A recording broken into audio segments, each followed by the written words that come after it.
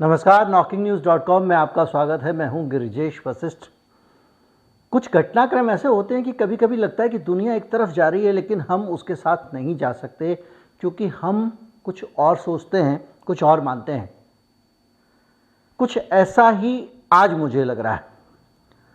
संयुक्त राष्ट्र में एक प्रस्ताव आया मानवाधिकार परिषद में चीन के उइगर मुसलमानों के मामले में, और इस प्रस्ताव में अमेरिका और दूसरे विकसित देश, बहुत सारे कनाडा वनाडा इसमें शामिल थे, और उन लोगों ने चर्चा करानी चाहिए चीन के उइगर मुसलमान और श्रीलंका के तमिलों के हालात के बारे में, और ये प्रस्ताव गिर गया। इसके कई मायने हैं, इसका सिर्फ एक ही मायना नहीं है, इसके कई मायने हैं, इसके कई इंटरप्रिटेशन हैं, जिसका लंबे समय तक इस धरती की राजनीति पर असर पड़ेगा। अल्पसंख्यकों की स्थिति पर अगर इसका प्रभाव पड़ेगा तो अमेरिका की जो अथॉरिटी है दुनिया में, उस पर भी सवाल उठने वाले हैं। क्या था मामला, किस तरह से वोटिंग हुई, कौन कौन से देश किस किस की तरफ बैठे, इस पे बात करेंगे और ये भी समझने की कोशिश करेंगे कि ऐसा इन देशों ने क्यों किया। कहीं मत जाइए, चैनल को सब्सक्राइब कर लीजिए।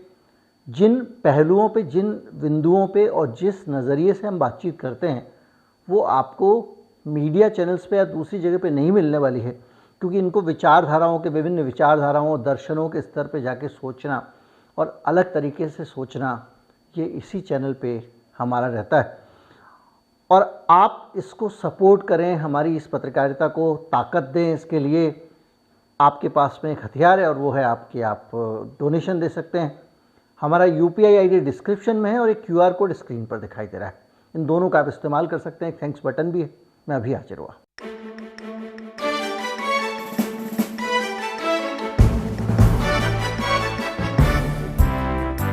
इस मतदान को लोग अलग अलग तरीके से देख रहे हैं। पहले खबर बता दूं, संयुक्त राष्ट्र मानवाधिकार परिषद में जो कुछ देश थे, पश्चिमी देश, वो चीन के खिलाफ और श्रीलंका के खिलाफ एक प्रस्ताव लेकर आए। और प्रस्ताव ये था कि यहाँ पे जो उइगर मुसलमान हैं, वहाँ के अल्पसंख्यक हैं, उनके साथ में अत्याचार हो रहा है।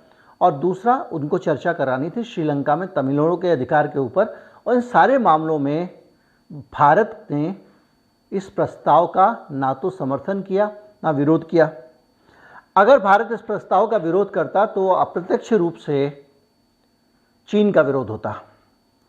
यानी भारत को एक बॉल मिली थी जिस पे वो स्ट्रोक लगाता तो चाइना के खिलाफ एक बढ़िया स्कोर कर सकता था, लेकिन भारत ने उसे छोड़ दिया।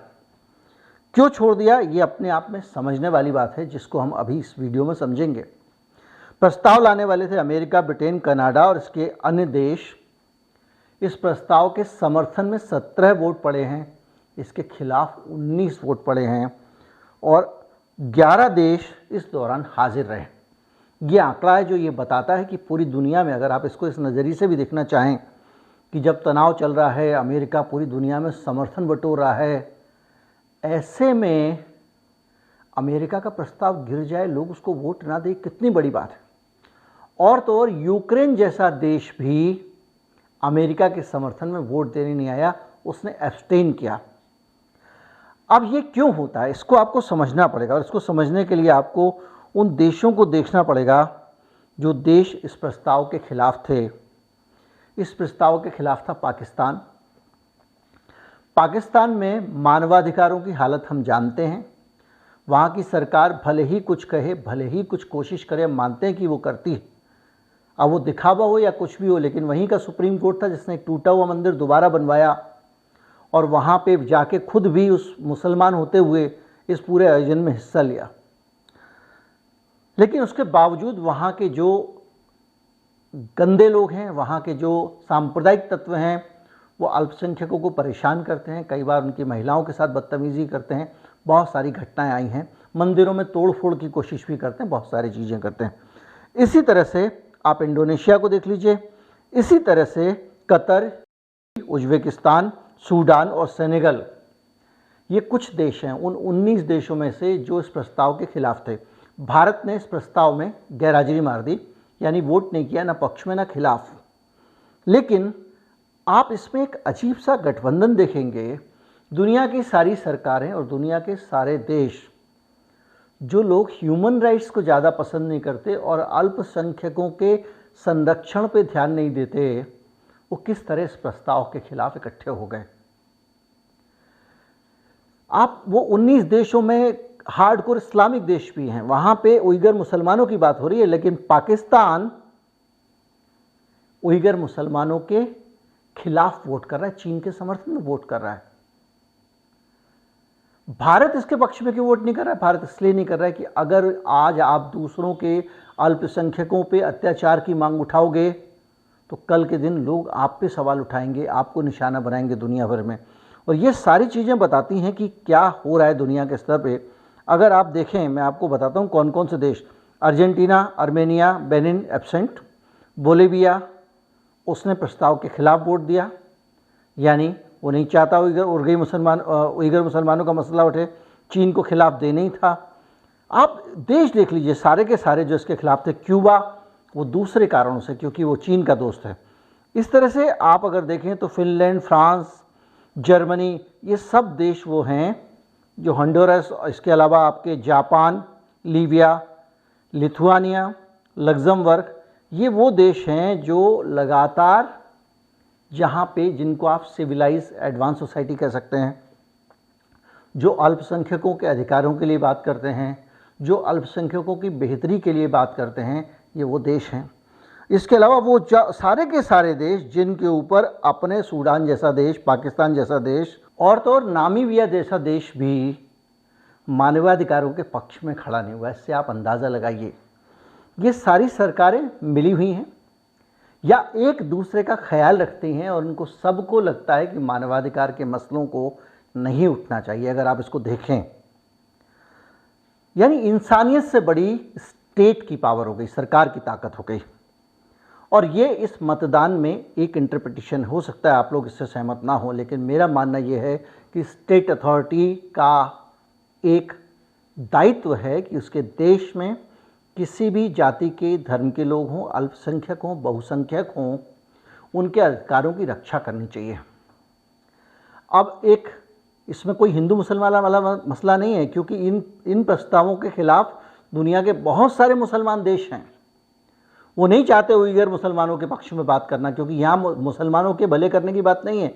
यहाँ मसला ये है कि उनकी सरकार जो मानवाधिकारों का उल्लंघन करती है उस पर कोई उंगली ना उठाए। यानी जो आम एक नागरिक है बनाम सरकार का मुकाबला आप देखें तो सरकारों ने आपस में एक तरह से गठबंधन कर लिया और एक आम आदमी के जो अधिकार हैं, अल्पसंख्यकों के अधिकार हैं। श्रीलंका हम जानते हैं किस तरह से तमिलों के खिलाफ लंबे समय तक दमन चला है, हम सब उसके गवाह हैं, उस पर बात नहीं होनी चाहिए। उइगर मुसलमानों पे चीन क्या कर रहा है आप सब जानते हैं। उनको आप सुधार केंद्र के नाम पे, इसके नाम पे ले जाके उनको अलग आइसोलेशन में रखते हैं, उनको टॉर्चर किया जाता है। कई रिपोर्ट्स आ चुकी हैं, अनगिनत रिपोर्ट्स आ चुकी हैं, तमाम सारा इस पर बातचीत हो चुकी है, लेकिन आप इस पर चर्चा नहीं चाहते हैं। भारत गैरहाजिरी मार देता है, नेपाल चीन की तरफ से बोलता है, पाकिस्तान वो उइगर मुसलमानों के खिलाफ चीन की तरफ से बोलता है, क्योंकि ये सारे देश अपने अपने देशों में अल्पसंख्यकों पर होने वाले अत्याचार में कहीं ना कहीं शामिल दिखाई देते हैं और इनके ऊपर कम से कम आरोप रखते रहे। ना तू मेरी कहे ना मैं तेरी कहूँ, तू अगर खोलेगा पोल तो मैं तेरी पोल खोलूँगा। आज श्रीलंका पे बात करूँगा, चीन पे बात करूँगा, तो कल मेरे बारे में बात हो गई तो नेपाल ये देखकर चुप है, भारत ये देखकर चुप है, यूक्रेन ये देखकर चुप है, क्योंकि यूक्रेन में भी लगातार ये आरोप लगते रहे हैं कि रूस की सीमा के नज़दीक जो देश थे, जो डोनबास वगैरह का इलाका है, जहाँ पे अब रूस ने जन्म संग्रह कराया। दुनिया जानती है कि कोरोना काल में उचित दवाएं और इलाज तक इस ज़ेलेंस्की ने उस इलाके में नहीं कराया था। पूरे समय रूस ने उस इलाके की देखभाल की थी, भरण पोषण किया था। वहाँ के लोगों को दोयम दर्जे का नागरिक माना जाता है। यूक्रेन नहीं चाहता उस पर डिस्कशन हो, इसलिए अमेरिका के प्रस्ताव के खिलाफ चला जाता है। आप जानते हैं कि अमेरिका की साम्राज्यवादी नीतियों के मैं खिलाफ हूँ, उसका विरोध करता हूँ, लेकिन उसके बावजूद आज जब ह्यूमन राइट पे बात हो रही है, मानवाधिकार पे बात हो रही है, तो आप देश मत देखिए, विषय क्या है देखिए। और ये अपने आप में चिंता की बात है कि किस तरह से सारे के सारे देश मिलकर माइनॉरिटीज़ के लिए गड्ढा खोद रहे हैं, क्योंकि उनको अपने देश में मनमानी करने और बहुसंख्यक को खुश रखने और सत्ता पे पकड़ मजबूत रखने का अधिकार मिल जाए। और ज़्यादातर दुनिया के देशों में सत्ताओं का ये हथियार बन चुका है। ऐसे में चिंता की बात और भी है, और इसमें एक चीज़ और समझने वाली है कि अमेरिका कितना भी फन्ने खां बने, कोई भी देश ये नहीं चाहता कि उसकी सिचुएशन गड़बड़ हो। इसलिए आज की तारीख में अगर आप इसको यूक्रेन वॉर के नज़रिए से देखें, दुनिया के ध्रुवीकरण के नज़रिए से देखें, तो दुनिया के बहुत कम देश हैं जो अमेरिका के साथ खड़े दिखते हैं। 17 देश पक्ष में हैं, 19 खिलाफ हैं, 11 गैर हाजिर हैं। 19 और 11 को मान लीजिए तो 30 देश ऐसे हैं जो अमेरिका के खिलाफ हैं और 17 देश ऐसे हैं जो उसके पक्ष में हैं। यानी ये नया वर्ल्ड ऑर्डर जो है वो भी आप देख सकते हैं इसमें। लेकिन इसमें जो सबसे बड़ा देखने वाला पहलू है वो यही है कि अल्पसंख्यकों के अधिकारों को लेकर बहुमत में देश ऐसे हैं जो चर्चा संयुक्त राष्ट्र मानवाधिकार परिषद में नहीं चाहते हैं। उम्मीद करता हूँ वीडियो आपको अच्छा लगा होगा। अच्छा लगा हो तो ज़्यादा से ज़्यादा लोगों तक पहुँचाएं, चैनल को सब्सक्राइब कर लें। नमस्कार, जय हिंद।